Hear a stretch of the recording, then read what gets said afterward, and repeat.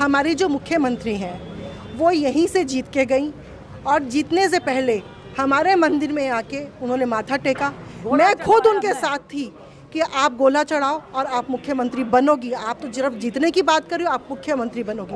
लेकिन समर्थन किया उनका, हमने पूरा समर्थन किया और हमारी पूरी जैन समाज ने, चाहे वो स्थानक है चाहे वो दिगंबर है, हमारी पूरी जैन समाज ने एक वोट पूरी दिन गुप्ता को गया। कभी किसी को जैन समाज ने वोट दिया। एक वोट रेखा गुप्ता साइलेंट रहती है। जैन भाई बंधु भी खड़े थे ना, उनको नहीं दिया, रेखा गुप्ता जी को वोट दिया है। और रेखा गुप्ता जी ऐसी नहीं है, हमें नहीं पता उन्हें सीट या पावर का हुआ या वो नहीं कर पाई, हम ये नहीं जानते। लेकिन आज हमारे साथ ये बहुत ज़्यादा गलत हुआ।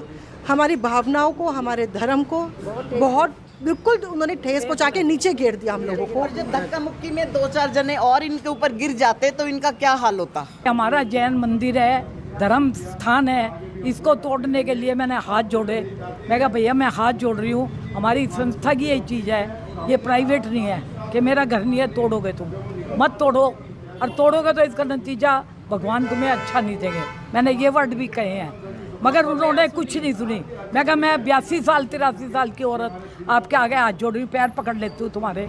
अच्छा, पैरों में भी गिर गए? मैं गिरी नहीं, मैंने कहा मैं गिर लेती हूँ और तुम जो है ना इसको मत तोड़ो, मगर वो सुनी नहीं उन्होंने फिर भी चला आगे बढ़ते रहे, हमारी 50 औरतें थी, वो तो आगे बढ़ते रहे तोड़ने के लिए। ये तो हम लोग इतने सारे थे, उनको रिक्वेस्ट करी किसी ने। जमीन पे बैठ गए सब, जमीन पे। अब जमीन पर बैठ गए थे। बुलडोजर के आगे, बुलडोजर के आगे नहीं चलेगा। ये इस पिलर से गिरी। मेरे हस्बैंड बुलडोज़र के आगे लेटे हैं और भी 2 जने आगे बुलडोज़र के लेटे रहे।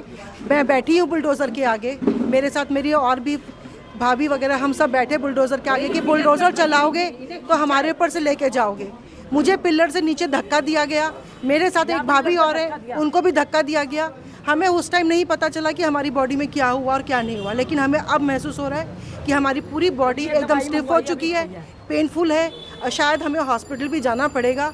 और लेकिन आज और साथ में पुलिस वालों ने उस टाइम तक लेडीज़ कांस्टेबल नहीं बुला रखी थी, फुल टू वो लोग लेडीज़ को टच कर रहे हैं, कोई उनको रोकने वाला नहीं है। अगर यही प्रशासन है, बहुत अच्छा प्रशासन है, लेकिन इस प्रशासन को मैं तो क्या शायद पूरी की पूरी दिल्ली ही एक्सेप्ट नहीं कर पाएगी कि अगर पुलिस वाले लेडीज़ को हाथ लगाएंगे तो। कुछ महीने हुए सरकार बनने के, आज उनका जन्मदिन भी है और जन्मदिन के आप पोस्टर्स लगे हुए हैं कि रेखा गुप्ता जी के जन्मदिन की बहुत शुभकामनाएं। आप क्या सोच रहे हैं? हमें तोहफा मिल गया ना जन्मदिन का। हम बिल्कुल ना मतलब ये कहते थे हमारी रेखा गुप्ता, हमारी रेखा गुप्ता बनी है। कभी हमने ये कहा ही नहीं रेखा गुप्ता बनी है, हमारी बनी है। और आज जो है ना जब बहन बेटी यही समझते रहे। जरूरत इतने सालों का आपका और मेरा रिश्ता है। विधायक बन गई तो भी आ रही हूँ और मुख्यमंत्री बन गई तो भी यहाँ पे उसी रूप में हूँ। मैं नहीं बदली।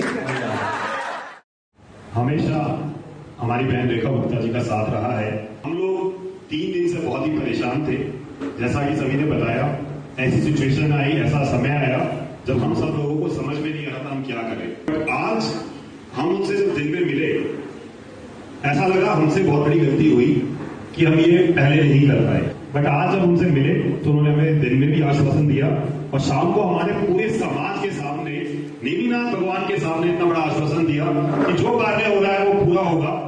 इतना अपना उन्होंने दिखाया जिससे हम सब बहुत प्रभावित हुए। दोस्तों नमस्कार। दोस्तों 5 महीने पहले तक यानी फरवरी के माह तक दिल्ली में रेखा गुप्ता का नाम कोई नहीं जानता था, लेकिन जैसे ही दिल्ली में चुनाव होते हैं, भारतीय जनता पार्टी की सरकार बनती है, बस किस्मत का ताला रेखा गुप्ता के नाम खुल जाता है। रेखा गुप्ता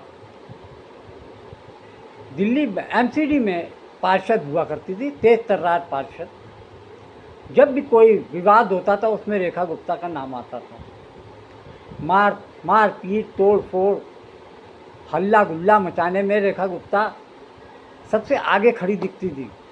शायद यही वजह थी कि भारतीय जनता पार्टी के नेतृत्व ने जब चीफ मिनिस्टर की बात चली तो उन्होंने रेखा गुप्ता का नाम आगे बढ़ाया। उसका एक कारण ये भी हो सकता था कि इससे पहले जो आम आदमी की सरकार थी उसमें एक महिला मुख्यमंत्री थी, पढ़ी लिखी थी और समझदार थी, आतिशी सिंह, शायद यही वजह देखकर एक महिला कैंडिडेट को दिल्ली का सीएम बनाने का फैसला मोदी और शाह ने लिया। इसका एक कारण और भी हो सकता है, वो ये कि रेखा गुप्ता वैश्य समाज से आती थी और अरविंद केजरीवाल भी वैश्य समाज से आते थे। उनको वैश्य समाज का बहुत ज़्यादा समर्थन मिलता था। उसकी तोड़ निकालने के लिए भारतीय जनता पार्टी ने रेखा गुप्ता का नाम सीएम के रूप में तय किया। सीएम के रूप में भले ही रेखा गुप्ता बहुत सफल नहीं दिख रही हैं, लेकिन ये है उनके लिए ये दिल्ली का चुनाव एक उपहार के रूप में रहा। यानी कि जितनी ज़िंदगी भर वो राजनीति करती तो इतना ज़्यादा फ़ायदा न मिलता जितना कि उन्होंने पिछले चुनाव में विधानसभा का चुनाव जीत कर किया। इतिहास में, दिल्ली के इतिहास में ये पहला मौका, पहली बार भारतीय जनता पार्टी ने एक ऐसे महिला नेता को आगे किया जो कि चौथी मुख्यमंत्री के रूप में दिल्ली में पद संभाल रही हैं। उसका कारण, इससे पहले सुषमा स्वराज भी दिल्ली की मुख्यमंत्री रह चुकी, वो पहली दिल्ली की मुख्यमंत्री रही। उसके बाद शीला दीक्षित ने, जो कि कांग्रेस की थी, उन्होंने पूरे 15 साल तक दिल्ली में राज किया मुख्यमंत्री के रूप में, लोकप्रिय मुख्यमंत्री के रूप में। शीला दीक्षित का नाम आज भी लोग याद करते हैं। उसके बाद जो तीसरी महिला के रूप में मुख्यमंत्री बनी वो थी आतिशी सिंह। आतिशी सिंह दिल्ली की तीसरी मुख्यमंत्री बनी और अब रेखा गुप्ता चौथी मुख्यमंत्री के रूप में, जो कि भारतीय जनता पार्टी की सरकार में मुख्यमंत्री के तौर पर हैं। इतिहास में दर्ज नाम हो गया है रेखा गुप्ता का कि जब भी कभी दिल्ली के मुख्यमंत्रियों की चर्चा होगी तो ये बात कही जाएगी कि दिल्ली में चौथी मुख्यमंत्री के रूप में रेखा गुप्ता का नाम हमेशा के लिए दर्ज हो गया है। और दिलचस्प बात यह है कि दिल्ली में भारतीय जनता पार्टी के ना जाने कितने दिग्गज नेता इस पद के लिए कतार में लगे थे, लेकिन जब लॉटरी लगी तो रेखा गुप्ता के नाम की लॉटरी लगी और ये इतिहास में दर्ज हो गया कि रेखा गुप्ता, जो कि हरियाणा के जुलाना गांव की रहने वाली हैं, दिल्ली में रहकर उन्होंने बीकॉम LLB किया और उसके बाद वो सक्रिय राजनीति में भारतीय जनता पार्टी के साथ में जुड़ गई। इस तरीके से ये कहा जा सकता है कि दिल्ली चुनाव जीतने में भारतीय जनता पार्टी को कोई खास फायदा हुआ चाहे ना हुआ हो, ना को किसी और नेता या विधायक को हुआ हो या ना हुआ हो, लेकिन रेखा गुप्ता के नाम की लॉटरी लग गई। रेखा गुप्ता चौथी मुख्यमंत्री के रूप में, दिल्ली की मुख्यमंत्री के रूप में इतिहास में दर्ज हो गई है। हर दिन हर पल जैसे गुजर रहा है, दिल्ली यमुना सफाई की ओर एक कदम रोज बढ़ाती है। वो काम जो कि दिल्ली के पिछली सरकारों के कार्यकाल में हुए ही नहीं थे, 3 सदियों का बैकलॉग जो था, वो आज की वर्तमान की सरकार उस पर काम कर रही है और इस मैसिव तरीके से काम कर रही है जिसमें डबल इंजन की सरकार का पूरा लाभ दिल्ली को मिल रहा है। एक एक चीज़ जो होनी चाहिए यमुना सफाई के निमित्त, बड़े से बड़ा काम आज वो किया जा रहा है, चाहे वो डिसेंट्रलाइज STP बनाने का हो, पुराने STP रिवाइवल का हो, यमुना जी में E-फ्लो बढ़ाने का हो, उसमें यमुना फ्लड प्लेन्स को डेवलप करने का काम हो, हर चीज पे काम चल रहा है। क्या था 5 मिनट की रिपोर्ट है, देखिए। सबसे पहले दोस्तों मैं आपको बतलाना चाहता हूं अरविंद केजरीवाल की मां के बारे में। दिल्ली की नई मुख्यमंत्री रेखा गुप्ता ने क्या कहा आपके स्क्रीन पर। केजरीवाल अपना जन्मदिन कभी नहीं मनाता। उन्होंने अपनी मां से घटना का वीडियो मांगा था जिसे वो नहीं दे सकी थी और उसके बाद आप देख सकते हैं स्माइलीज लगा रही हूं वहां पर। केजरीवाल अपना जन्मदिन कभी नहीं मनाता। उन्होंने अपनी मां से घटना का वीडियो। आप जानते हैं दोस्तों, आप लोग 2 साल के नहीं हैं, आप सब जानते हैं बच्चे कैसा पैदा होते हैं और ये किस वीडियो के बारे में चर्चा कर रहे हैं ये आप भी जानते हैं। और ये हैं दिल्ली की नई मुख्यमंत्री। बधाई हो दिल्ली। आतिशी मरलेना की जगह आपने चुनाव किया रेखा गुप्ता को। मैं दावे के साथ कह सकता हूं दोस्तों, रेखा गुप्ता को अगर चेहरा बनाकर चुनाव लड़ा जाता तो इनका यह विवादास्पद इतिहास सामने उभर कर आता। इंतजार कीजिए, इन्होंने प्रियंका गांधी वाड्रा की तुलना शूर्पणखा, पूतना और न जाने किन किन लोगों से की है। और बात यहां नहीं है, केजरीवाल के बारे में जिन अपशब्दों का इस्तेमाल किया है उसके लिए अभी आपको और इंतजार करना पड़ेगा। मगर सबसे पहले मैं आपके सामने पेश कर रहा हूं वीडियो। इस वीडियो में आप देख सकते हैं जो महिला क्रीम साड़ी में है, जो सबसे ज्यादा हिंसा करते हुए दिखाई दे रही हैं, यह है रेखा गुप्ता। चलिए, 1 मिनट का वीडियो है, इसका लुत्फ उठाइए, क्योंकि दिल्ली वालों, ये है आपकी नई मुख्यमंत्री। रोज इससे ज्यादा कचरा होता है रोज, तो आज तो कम है। मंडी में आगे जाना है तो यही एक रास्ता है। मेरा पैर एक गड्ढे में धंस चुका है यहाँ पे। आपकी उम्र कितनी है दादा? 60 की उम्र में कितने गड्ढे धो लेते हो? 80 किलो 90 किलो खा लेता।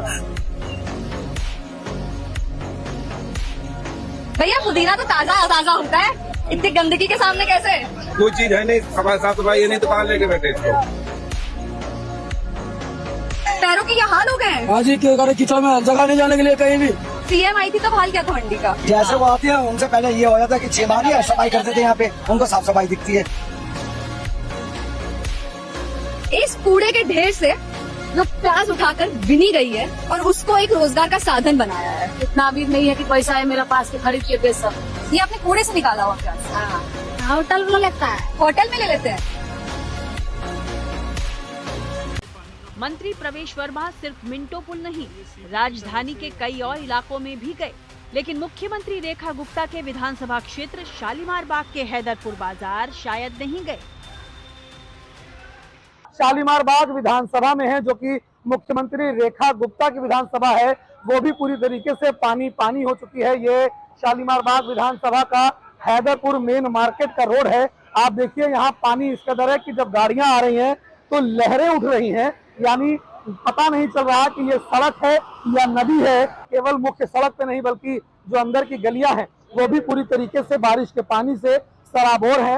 लोग परेशान हैं और विपक्ष भी पूरी तरीके से अब जो बीजेपी सरकार है उसको घेर रही है और जलभराव के मामले को लेकर के सवाल खड़े किए जा रहे हैं। जो दावे सरकार ने किए थे कि इस बार मानसून से निपटने के लिए सरकार तैयार हो चुकी है, नालों की सफाई हो गई, दिल्ली में जलभराव नहीं होगा, लेकिन मुख्यमंत्री की जो विधानसभा है शालीमार बाग, वहां पर ही जलभराव की स्थिति इस कदर है कि लोग अपने घरों से बाहर नहीं निकल पा रहे।